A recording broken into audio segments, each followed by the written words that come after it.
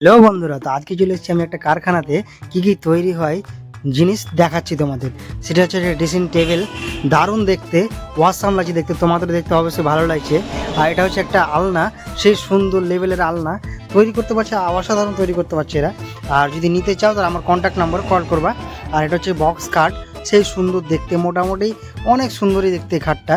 আর এবার জেনে নেব মিস্ত্রিগুলোর কাছ থেকে মুখে কীভাবে তৈরি করলো আর কেন তৈরি করলো এগুলো।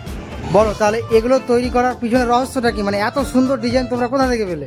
যা ফিনিশিং মিস্ত্রি কারিগর ভালো আছে, ফিনিশিংয়ের দ্বারাই হয়। ঠিক আছে, মানে এখানে অনেক সময় লাগে, ফিনিশিং টাইম লাগে আমার করতে।